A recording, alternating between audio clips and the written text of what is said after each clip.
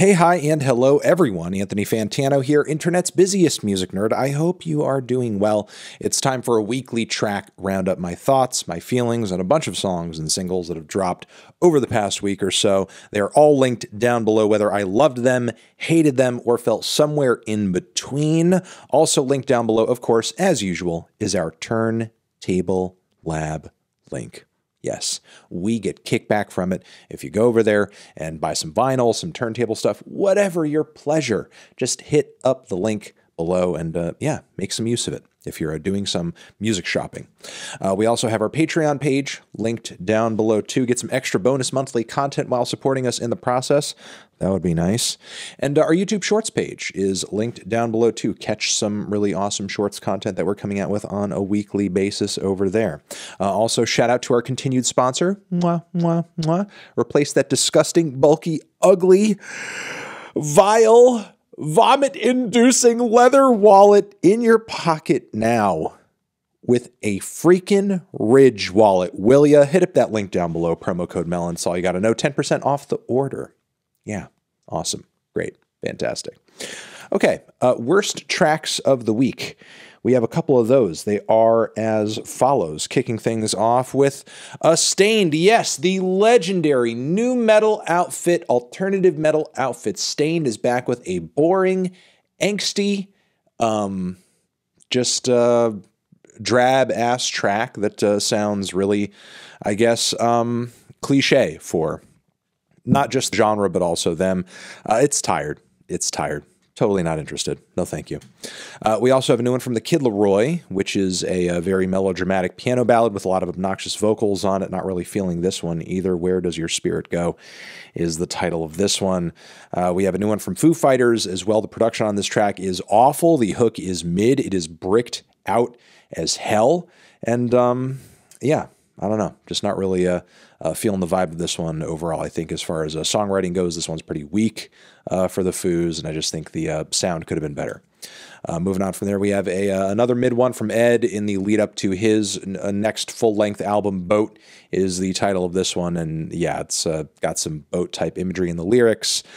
Stripped back acoustic number instrumentally, which I respect it, and I like it when Ed sort of does something more along these lines, but I feel like the song isn't really quite there, and the appeal is mostly couched in a very weak poetic concept that I don't think goes down all that well.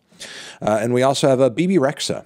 Baby Rexha, Snoop Dogg, Satellite. It's just some very, I would say, very basic, very bland kind of disco revivalism, and is just not all that great, frankly. There's more flavorful and more interesting, disco resurgence records and singles out there these days. You don't really need this one. The tracks that I was on the fence with, but I still thought they were worth shouting out. They are as follows. We have a new one from Sufjan Stevens, who is crossing over with Conor Hanick as well as Timo Andres for this track, Ekstasis. And yeah, it's like a really speedy instrumental piano number with a lot of layers, a lot of intricacies. It's kind of dizzying, honestly. A new record on the way from Sufjan as well. But, for those who were kind of having their fingers crossed for like, another sort of indie folk moment, seems like, we're getting kind of a creative detour here, but that's no surprise because Sufjan is kind of a jack of all musical trades and does hand in a variety of different projects that kind of approach different musical styles and genres and concepts, and it wouldn't be Sufjan Stevens if he wasn't keeping us guessing. So check the track out. It's okay. It's not necessarily sticking with me, but it is interesting that he kind of keeps stuff like this a part of his repertoire. We have a new one from Oxbow. Unfortunately, I'm not really into the first big single from their forthcoming LP over here, Love's Holiday, 1,000 Hours is the title of the track. And yeah, I think it's okay. Vocals are solid, but the pacing is maybe a bit too slow, and these kind of angelic washes of vocal harmonies I feel like don't really have a whole lot of flavor or bite to them, nor do I find the guitar riffs or guitar work to have all that much punch either. And it's, usually Oxbow is bringing at least a bit of darkness, edginess, something to the table. While I know they have gotten a bit more mellow and moody in recent years with their output, this to me just kind of seems like lacking, definitely lacking, in my opinion. I'll leave it there. We also have a new one from Noel Gallagher's High Flying Birds.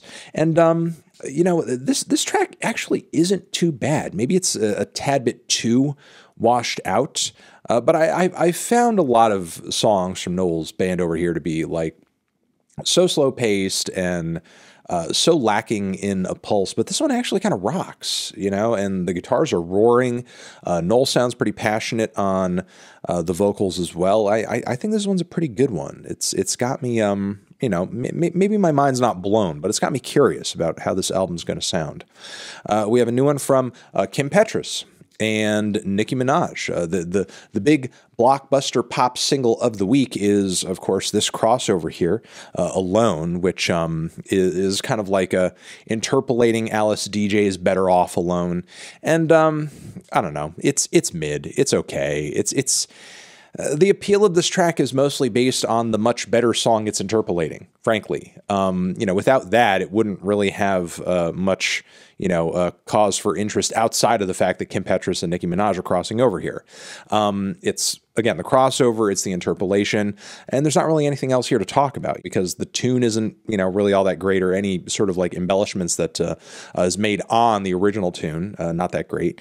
The trap beat kind of slowdowns and bits aren't that interesting. Nicki Minaj's feature is okay. And I wouldn't say there was a ton of chemistry here either. Can we get something that isn't just a ripoff of something else is all I want. We have a new one over here from Christine and the Queens. Eerie little ballad that I think could have used a bit more contrast and progression, featuring 070 Shake. True Love is the name of the cut. But, I will say, again, I think the vibe and atmosphere on this cut is pretty cool and something to behold. Bell Witch have a new project out that features like an 80-minute song. Now, you may say, Anthony, you can't just come on here on Weekly Track Roundup and talk about an 80-minute song when all of these other songs that you talk about are normal length songs. Like hell I can't. I'll do that. I don't care. But yeah, the doom metal outfit, Bell Witch, new project is out, and it's just one long multi-phase track, and it's got some more death-oriented passages, some more spacey passages, some heavier, doomier passages with just like really crushing guitars. And I think it's okay. Bell Witch has never really been my favorite band in this field, but it's certainly an ambitious undertaking, especially since, from what I understand, this project is going to be a part of a series. Pretty ambitious to come together with as massive a track as they have here. And production's not too bad.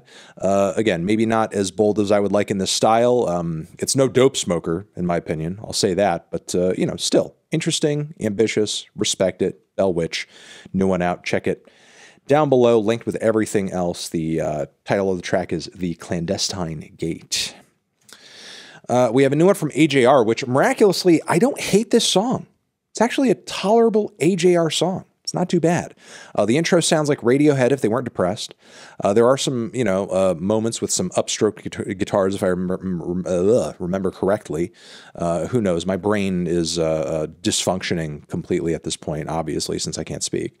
But I'll say this. I feel like the vocals are actually approachable on this one. They're not obnoxious, and the instrumentation feels like maybe a bit more, I guess, natural, not overblown to the point where I just can't stand it. To a degree, it does sound like the theme song to a Nickelodeon cartoon show, but I think it's still pretty listenable in its own right. The Dumb Song, AJR. I actually am not grossed out by this one, miraculously. Best tracks of the week. We have a handful of those. Actually, quite a few. I lied. They are as follows. We have a new one from The Weeknd featuring Future, The Idol. It's going to be on that show. It's part of that soundtrack. And again, double fantasy. I would say as far as like a, somewhat moody Weeknd pop tune from this current era, it's pretty standard. The Future feature is pretty decent as well. Nothing show-stopping, but it's solid. Solid, not super dramatic, nothing crazy over the top, certainly nothing more ambitious than what we've heard on Dawn FM.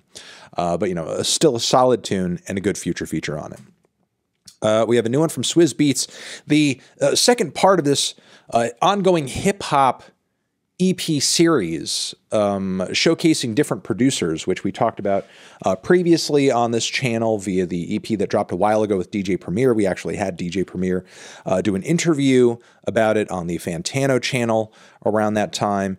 And yeah, so now I thought we were going to get this earlier, but you know, we finally gotten the second part in this EP series. And this one features Swizz Beatz. It's a handful of tracks. The first one features Nas, and it's titled Runaway, and it's a banger. It's got some great, you know, vocal chops in there, some super solid Nas bars, and a cool second half as well. Check it out. It's cool. Swizz Beatz does a great job on the track overall, in my opinion. Moving on from there, we have a new one from Squid, our next taste of their forthcoming LP. And yeah, it's got a cool like little prog art rock post-punk blend going on in it. It's a long track, really meditative, kind of sucks you in. It's got a lot of intense moments as well, loving the vocals too. Squid's getting better and better. I'm really excited for this record for sure. We have a new one from Subtract, who has just dropped a brand new EP. And this one track on it that I want to point your attention toward features Sampha, which we do love Subtract and Sampha getting together. We love that. We're very happy about that. George Riley is featured on the song as well. And it kind of sounds like if you deconstructed like an H&M dressing room track, but like in a really good, cool, interesting, experimental way that actually kind of hits. I like it. I actually like it a lot. The name of the song is L.F.O, obviously. We have a new one over here from Portrayal of Guilt. Their new record is out now on Run for Cover. Right now, Devil Music is the name of the song I want to point you toward, and it is hellish, it is unforgiving, it is soul-crushing, it is skull-burning, it is teeth being pulled out of your mouth viciously, it is all your fingers getting crushed with a ball-peen hammer, it is getting thrown down into the bowels of hell and stuck with hot pokers for the rest of all eternity. That is how nasty and disgusting and vile this song is. Give it a listen. It's fun times for the whole fucking family. We have a new one over here from Killer Mike with LP. His forthcoming LP, Michael, is on the way. We have a taste of it over here with a bit of a Run the Jewels kind of flair, given that LP is in the mix. But Don't Let the Devil is the name of the cut. Great bars, great performances, great production all around. Loving it. Excited to hear the new record. It's a bangaroony. Latto actually put out a bangaroony as well. Put It on the Floor is the title of it. Good bars, good beat all around. Liking that she's coming through with, again, a lot of braggadocious and clever lines, a lot of bravado, a lot of personality. A while ago, you know, I called her as one of the more standout lyricists in her XXL freshman class, and I'm glad that's continuing to pan out here in the music. We have a note from noise rock outfit Ken Mode. I Cannot is the title of it. And yeah, it's got some massive riffs, some killer vocals, some heavy drums. Just crushing as usual from Ken Mode. We have a new one over here from Billy, Lucky for You. It's a nice little grungy anthem. Liking the intensity on the vocals of this track especially. Haven't been, you know, the biggest Bully fan in the past, but I think this is a really good track, really good single. Bit of a throwback with, you know, a modern punch, I'll say that. We have a new one over here from an artist we've been talking about here and there on the channel, Aubrey Key. He's a singer-songwriter who I think has a gentle soul and, you know, a bit of a cute personality. This track over here, Costumes, has almost like a, I'll say like a Paul Simon, you know, Kodachrome almost sort of vibe to it. I'm liking it a lot. We have Armani White, finally, is the last track we're going to talk about. Silvertooth is the name of his new banger. ASAP Ferg is in the mix on this one as well. And Armani White, say about him what you will. I don't know what you would say about him because I think he's still getting his name out there and everything. But, you know, here's the thing. Like, he knows his way around a bop. He knows his way around a single. Every single time this guy's cooking up a new track to put out, like he's got something to it that's going to hook you. Be it crazy beat, insane refrain, funny references, or an interesting feature placement. He's always got some kind of like, you know, cool idea engineered into the song to like make it just kind of hit, turn some heads, get some people talking. He's arranging some cool cuts. He's arranging some cool singles. I feel like this song is no different than you know, any other track we've seen him on with this streak as of late. So yeah, Silvertooth, great track. Weekly track roundup is over. Hopefully you guys got some good recommendations out of this one. Mwah, you're the best. I'll see you guys in the next one. Anthony Fantano, Weekly Tracks, forever.